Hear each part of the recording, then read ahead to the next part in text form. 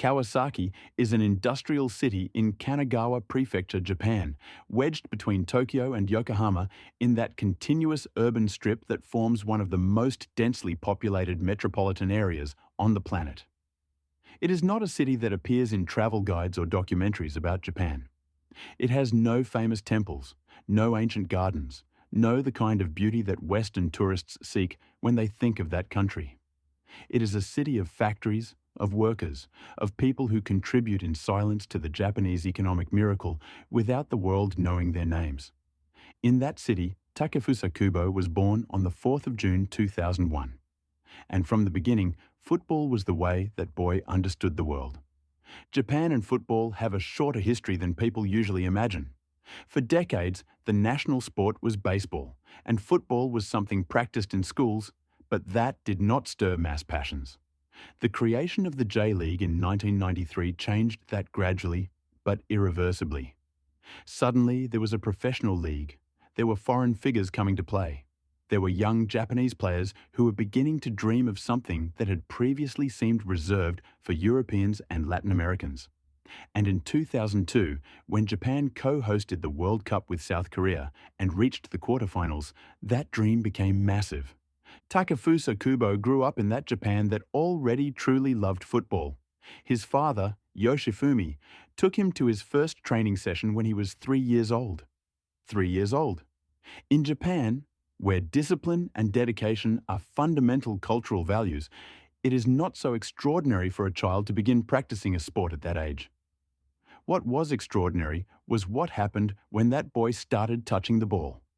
There was something in him, a coordination, a fluency, a way of relating to the ball that did not correspond to that of a child of 3 or 5 or 7 years old. It was as if the ball were a natural extension of his body, as if he had been using it all his life, even though he had just begun. At 5, he was already in the FC Tokyo Academy, one of the J-League clubs. And from there, the trajectory was upward with a speed that caught the attention of everyone who saw him.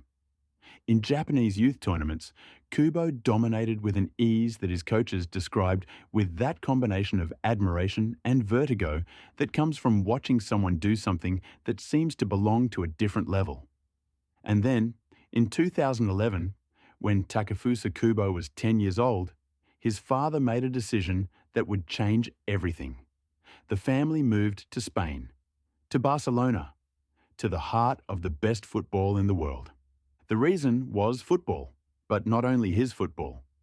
Yoshifumi Kubo believed in FC Barcelona's model of play, in the philosophy the Catalan club had been building from the base for decades, in the idea that football could and should be intelligent, technical, based on possession and reading of the game. He wanted his son to learn that from the inside. And for that, Barcelona was the only place in the world where it made sense to be. They presented themselves at La Masía, FC Barcelona's academy, one of the most selective places in world football where only the best children in the world have a place, and where the level of demand from 6 and 7 years old leaves those who observe it from outside speechless. Takefusa Kubo entered. At 10 years old, Japanese, without speaking Spanish, in an academy where competition was fierce and nobody waited for you or made things easy, he entered and he stayed. His La Masia teammates remember him as someone quiet at first, with the language and cultural barrier that any foreign child finds in a new environment. But when he crossed the line and started playing, the silence disappeared. Because football is the universal language, and in that language, Takefusa Kubo was eloquent in a way that needed no translation. The La Masia coaches, accustomed to seeing exceptional talent as part of their daily work, spoke of him with that particular tone they reserve for cases that go beyond the ordinary. The elegant left foot, the short and precise dribble, the vision of the game that seemed to come from someone twice his age. He spent 5 years at La Masia, 5 years training at the best academy in the world, absorbing the Barcelona philosophy of play, learning Spanish, becoming friends with boys from all over the world who shared the same dream.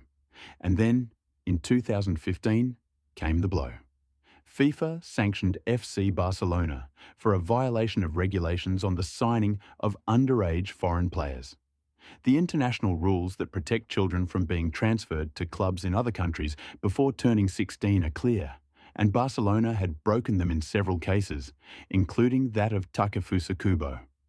The result was that Kubo, at 14 years old, had to leave La Masía and could not remain linked to the Catalan club. The injustice of that situation was evident. Takefusa had done nothing wrong.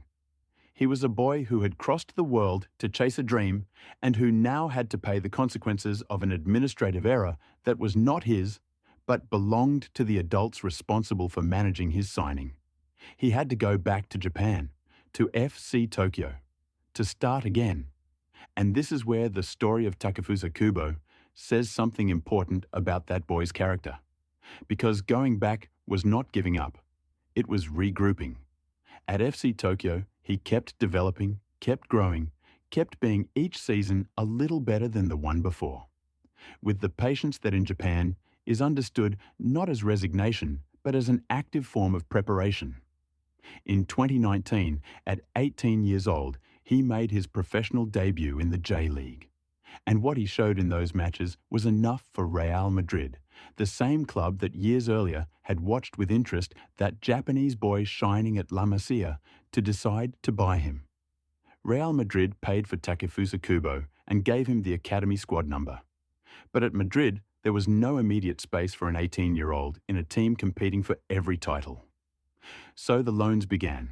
Mallorca, in Spain, Villarreal, Getafe, Granada. 4 clubs in 4 years. 4 different contexts, 4 different styles of play, 4 opportunities to show he could adapt and shine in top-level Spanish football. Each loan was a lesson. At Mallorca, he learned to play in a team fighting for survival, where the margin for error is small and where physical duels must be won that were never the centre of learning at La Masía. At Villarreal, with Unai Emery, he learned complex tactical systems and the positional discipline that great coaches demand.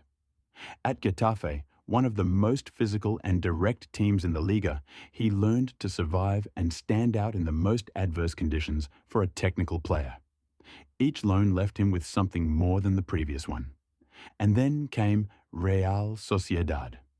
In the summer of 2022, the Basque club from northern Spain, known for its elegant playing philosophy and its firm commitment to technical players, bought Takefusa Kubo for his release clause, €6 million. A figure that in retrospect looks like a bargain of historic proportions. In San Sebastian, in the Basque country, Kubo found what he had been looking for without knowing exactly what it was called. He found a system that adapted to his qualities instead of asking him to sacrifice what he was to fit a shape. He found a coach, Imanol Alguacil, who trusted him and gave him the creative freedom he needed to express himself.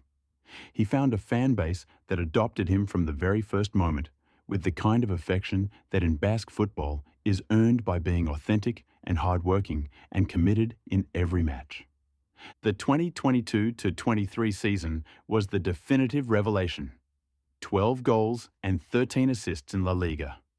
Performances that made stadiums rise to their feet, not only when he scored, but when he touched the ball, when he faced up to the defender, when he executed that close-control left-footed dribble that is his signature, that way of turning his body in an impossibly small space and coming out the other side with the ball under control while the opponent stands watching. The Young Player of the Year award that season could have been his without anyone raising an objection. The 2023-24 season was equally good or better, and the Champions League became his favourite stage to show the entire world, not just Spanish League supporters, what he was capable of. In Europe, against the best teams on the continent, Kubo demonstrated that his level was not a local phenomenon, but a frontline global reality. In the Japanese national team, Takefusa Kubo wears the number 10. The technical leader of a team that in recent World Cups has transformed from a likeable participating nation into a power capable of eliminating top-ranked opponents. At Qatar 2022, Japan eliminated Germany and Spain in the group stage. Germany and Spain, the very countries whose biggest clubs had trained many of the players in that Japanese squad. Football's poetry, once again, writing stories that fiction would not dare to invent. The Samurai Blue arrive at the 2026 World Cup with the ambition to go even further. With a generation of players trained in Europe, accustomed to competing in the best leagues in the world, who combine the discipline and tactical organization that has always characterized Japanese football with an individual technical quality it did not previously have. And leading that project, with the number 10 on his back, is the boy who at 10 years old left Japan to learn football in Barcelona, and who took more than a decade to find the exact place where that learning could shine with all its intensity. There is a phrase repeated in Japanese football when speaking of great players, that the best football is not the fastest or the strongest, but the most intelligent. Takefusa Kubo is the embodiment of that idea. A footballer who makes the game seem slow when he sees it, who finds solutions where others see only problems, who has in his left foot the capacity to change a match at the moment the match needs to be changed. From Kawasaki to Barcelona. From La Masía to Madrid. From Madrid to San Sebastian. From Japan to the world. The story of Takefusa Kubo is the story of a boy who never reached where he wanted to go by the most direct route, and who, for that reason, knows every curve of the road better than anyone.